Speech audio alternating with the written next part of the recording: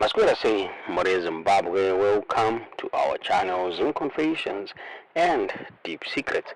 Kana karike kutanga kukwea panini channel, please don't forget to subscribe. Kana uchingwa garo ka subscriber, don't forget to comment and share this video. Masquerade Zimbabwe tapikirai nyaya iri kupisa nyaya iri kunetsa. Mushure mekunge mawo veterans akabuda achipa warning kuna Mnangagwa about the plan yavari kuronga ikuda kuabvisa pachigaro nekuda corruption yavo.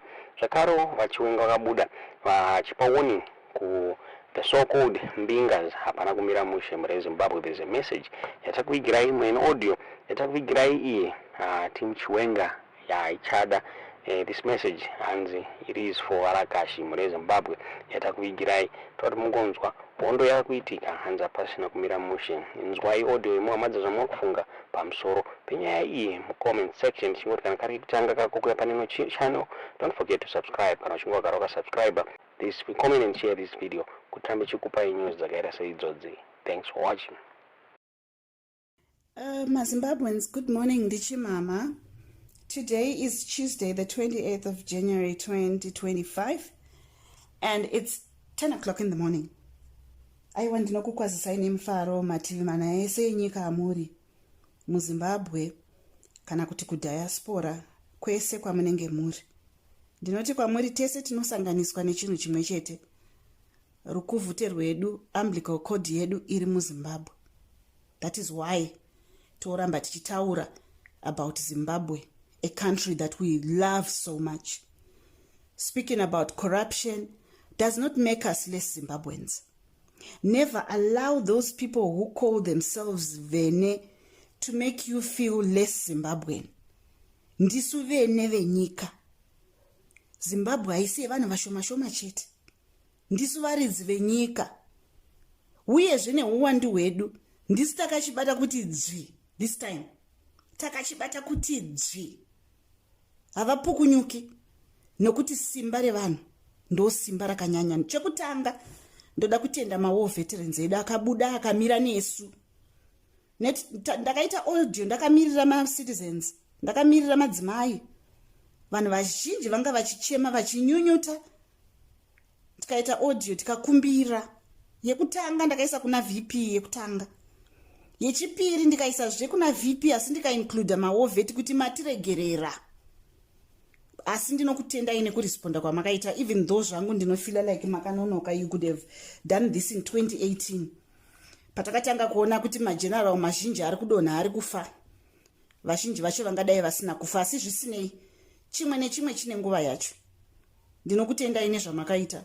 All the issues that you addressed, exactly what we were talking about. Ndo zvatoda izvozvo. Ende uye tinokusapotai, tinomira nemi. Nekuti muri kubata ma-issues ari kutinetsa. Ende pane vanhu vaakutaura manarrative yekupenga yekuti hanzi vachanyaradzwa, vachapiwa mari, vachapiwa motikari, vachapiwa madiamonds and whatsoever. I don't think ndakakutarisai nezvaita maziso enyu muchitaura pakamera paya kuti you would want to be on the wrong side of history. After all, kubva kwese kwamakaita kuhondo, mozouya kusvika pamuri pano kuzongopiwa just upfumi, then monzi chinyararai. I don't think you would do that. I still stand firm and I support you 100% nokuti nyika yadzvanywa namatsotsi.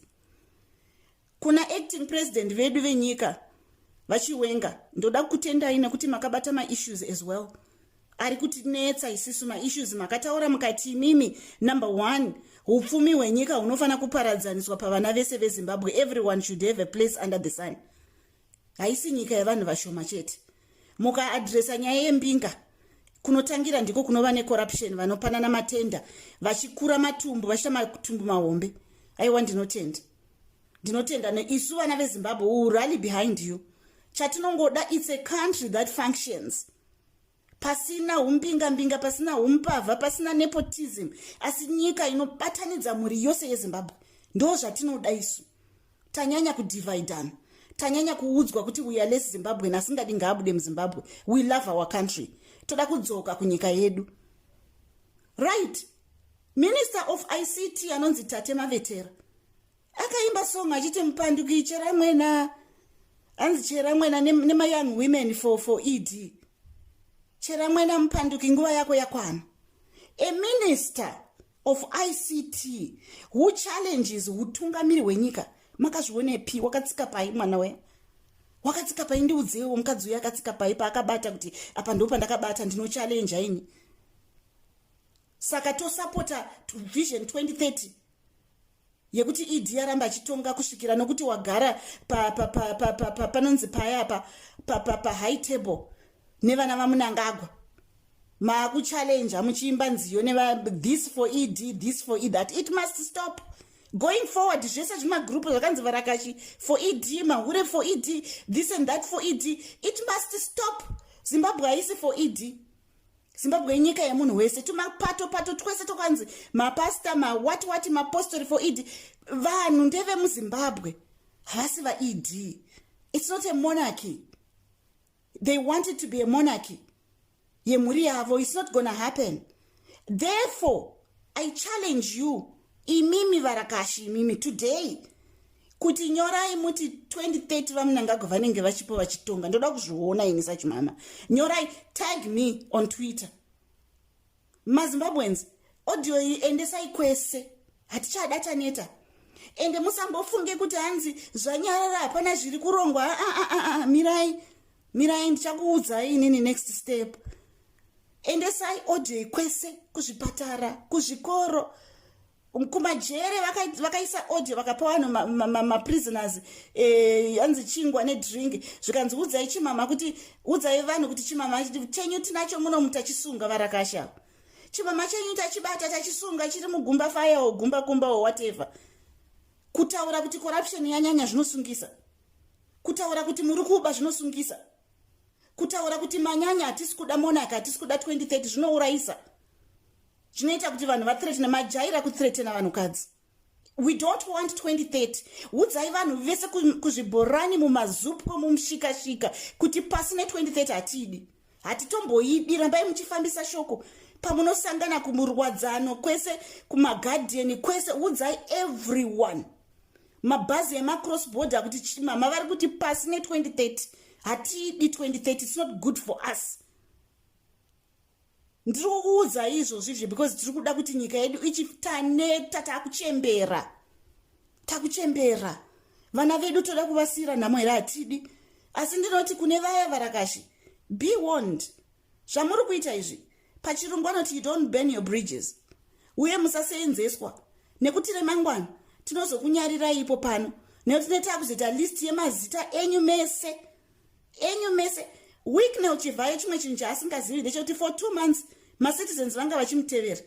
Akaenda kuDubai uyu vanhu vane variko. Vacho vanhu vaaipa mari vai $100. Takaona video achipa vanhu $100 paairport. Vaitotaura kuti okay private jet yabuda yakananga kuKenya. Vanhu voudzana kuKenya, vanhu vonomira paanongoona mota dzacho paairport dzichifamba kudai maVVIP vane vachitevera. Pavakwanisa vatora mapicture. KuZimbabwe kwachona vakaona gold rakatakurwa rakavharwa rakadii vane vachitora mapicture vachinyora manumber plate vachitora mapicture emaface evanhu vanenge vachiona kuti pana Scott Sakupwanya panani mbinga idzodzo dziri kutaurwa naVP Chiwenga. We are tired. Akarova kuDubai akadai nemapostori ake madzimaya vane vachitevera vachinyora pasi. The net is closing in on Chivayo. And all these people who are saying President ED ngavarambe vachitonga kuitira kuti varambe vachibenefita ivo. Such a group of greedy people. Hamuguti kuba makaita seiko. Mari yacho munopedzisira maakungotenga zvimamota, maakungotengera vanhu kuti tukai vana chimama movapa mari. Zvinotibatsirepi zvotisvitsepi senyika? Vakomana, regerai mokuvara varume. Madzimai, regerai politics dzamuna zera nadzo idzi. Minister of ICT, regerai zvamuri kuita izvi. Musafurire vanhu. Young women for ED, regerai. Mahure for ED vaidzana vachitambisa magaro vari kupi vakapiwei. Regerai politics dzamuna zera nadzo idzi.